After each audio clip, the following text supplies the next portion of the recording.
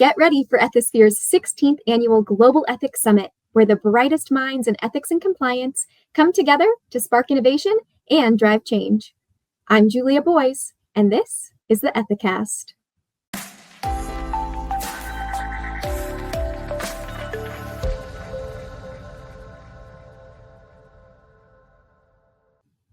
This year marks Ethisphere's 16th annual Global Ethics Summit, or GES as we like to call it.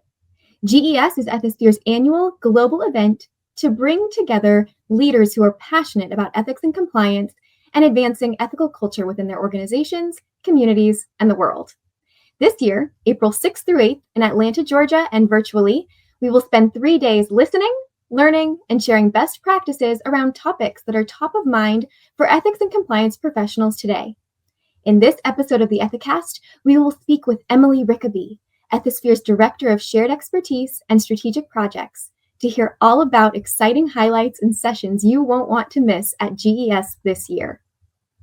Emily, it is so wonderful to have you join us. Oh, Julia, it's great to be here and talk about our upcoming summit. Yes, well, we have tons of questions for you, and we're really excited to get some insight. For starters, what is new at GES this year, or what feels different than in years prior? Yeah, I think this year, what I would say, it's about expansion. So just generally an expanded agenda. Of course, we'll have our excellent slate of panelists that will be part of our conversations and keynotes.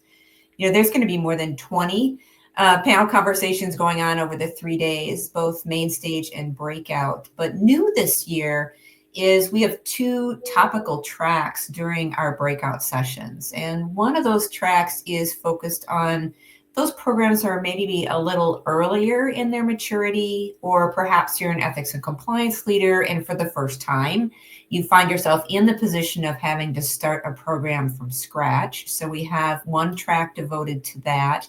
And then our other topical track is really on the cross-functional collaboration with HR.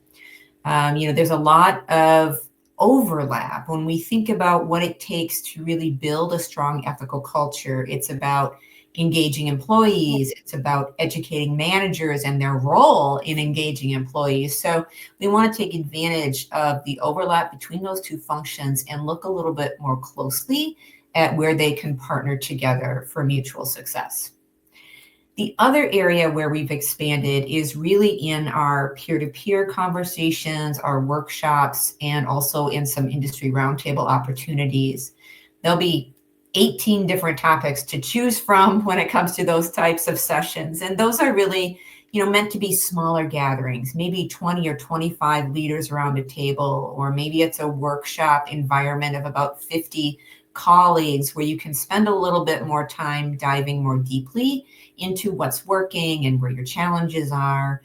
We're going to cover everything from AI governance to the use of AI to support ethics and compliance programs. We'll talk about third-party and supply chain risk management.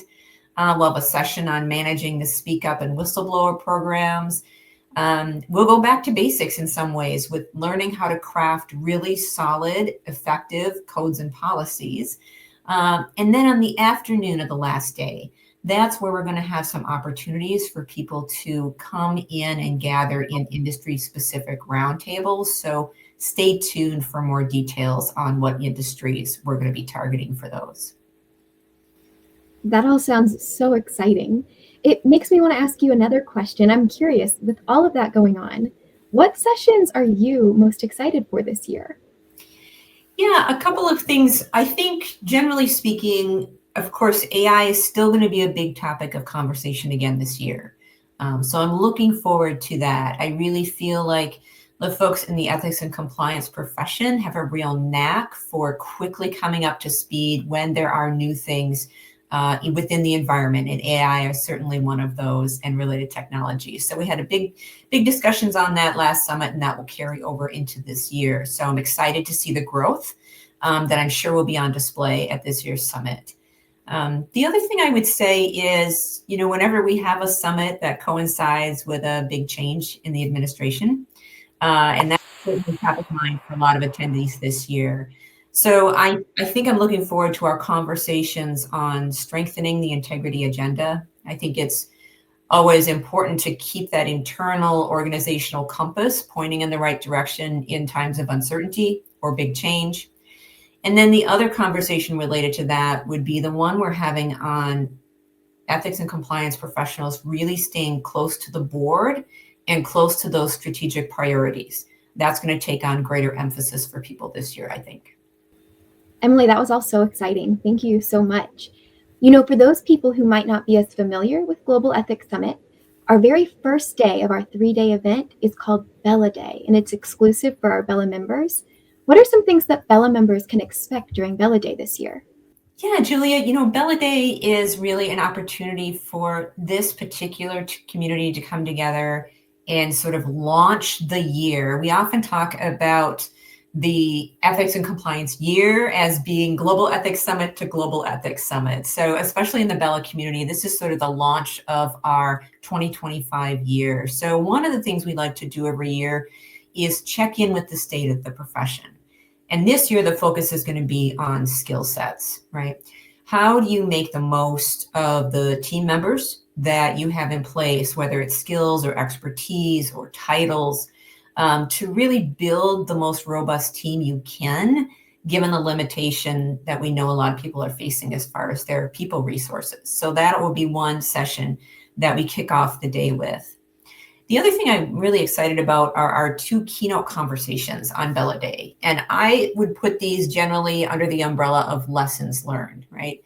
I think lessons learned was such a big part of the emphasis of the DOJ's latest update to the ECCP. So these are really going to speak to that. So we're going to have 2 different perspectives, and one is going to be from a single professional's perspective throughout their career, and then another conversation focused on that organizational perspective. So we're fortunate enough to have Larry Thompson join us. He was here at the summit 10 years ago. And so this is sort of 10 years later. It's a real retrospective on the lessons that he's learned over his career, which includes stints as a U.S. Deputy Attorney General. He was involved in both the Enron and Volkswagen cases. He also spent time as the Executive Vice President and General Counsel for Pepsi. So he has a lot to say on ethics, compliance, and integrity as a force for good. So we're looking forward very much to hearing his individual perspective. And then on the organizational side of things, we are lucky enough to have a conversation led by Chuck DeRoss, who's the co-chair and FCPA and Global Anti-Corruption Group Head at Morrison Foerster. And joining him will be Jonathan Slonim, who's a partner and Deputy General Counsel at McKinsey. And their focus of conversation will be on McKinsey's recent DOJ resolution. So tons to be said for sharing lessons learned as part of Bella Day. And new this year, for Bella, of course, we'll have our wonderful annual Bella Dinner festivities, but between formal programming and that Bella Dinner, we're going to have an opportunity for Bella members to participate in a community support activity.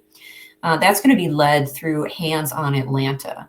We have a number of Bella members who are based in and around Atlanta, and now that Atlanta is our home for the summit, we're really excited to offer this kind of service activity. So stay tuned for more details on what that will entail. But we're super excited to be able to offer our community a way to give back to the Atlanta community.